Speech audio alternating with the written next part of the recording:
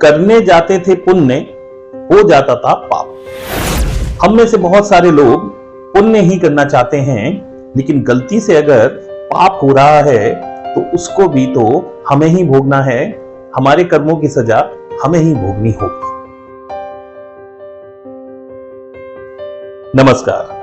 ओम M ह्रीं क्लीं चामुंडाय विच्चे। जय माता दी। आज की ये कहानी मैं आपको इसलिए सुना रहा हूं कि बहुत सारे लोगों के साथ में ऐसा होता है। वो सोचते हैं कि वो पुण्य कर रहे हैं, लेकिन उनसे पाप हो जाता है। एक शहर में श्रीधर नाम का व्यक्ति था। बहुत परेशान था, बहुत ज्यादा परेशान था। तो किसी ने उसको उपाय बताया कि आप कबूतरों को, चिड़ियाओं को दाना डालिए, उनको दाना देकर आइए, तो आपके जो दुख हैं वो एकदम से कम होंगे। घर में बीमारियां चल रही हैं वो एकदम से खत्म होंगी। तो श्रीधर ने भी यही किया। वो प्रतिदिन सुबह जाते जाते, अपने ऑफिस जाते जाते चिड़ियाओं को, कबूतरों को दाना डालने के जाता था। अब उसे एक जगह ऐसी मिली रोड के किनारे, जहां पर बहुत सारी दुकानें थी। वहां सुबह सुबह के टाइम में कबूतर आते थे, चिड़ियाएं आती थी। तो उसने सोचा कि वहां पर दाना डाल देना चाहिए। तो वो रोज प्रतिदिन वहां दाना डालकर चला जाता। कबूतर आते थे, बैठते थे, देखते थे, खाते थे और उड़ जाते थे। क्योंकि चलती हुई रोड थी, चलता हुआ रास्ता था, तो ज्यादा देर बैठ नहीं पाते थे। तो कबूतर, चिड़ियाएं आकर उसका दाना चुग कर और चली जाती थी। श्रीधर बहुत लंबे समय तक ये काम करता रहा। एक दिन उसकी मृत्यु हो गई। मृत्यु हुई तो यमदूत उसे लेने आए।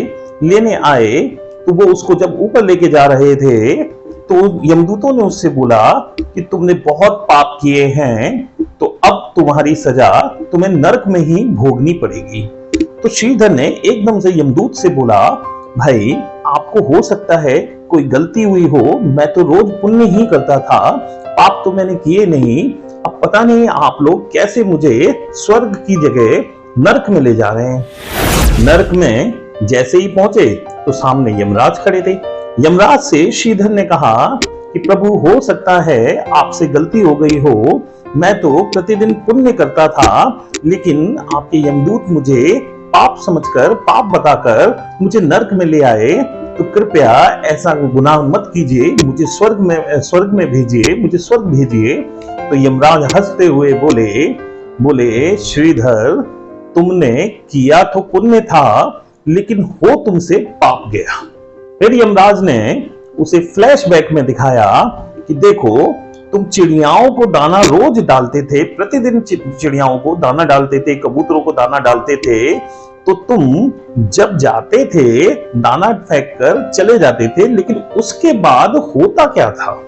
तो यमराज ने दिखाया कि वहां पर चिड़ियाएं तो, कबूतर तो उड़ जाते थे, उसके बाद वहां पूरी चींटियों की और चींटों की सेना आती थी, पूरी फौज आती थी, और वो उस दाने को चुगने आती थी। लेकिन हुआ क्या, रास्ता चलता हुआ था, दुकानें थी, आसपास लोग थे, लोग उस पर पैर रखकर निकल जाते थे, जिससे चींटियां मर जाती थी। असंख्य चींटियां, असंख्य चींटे मर गए।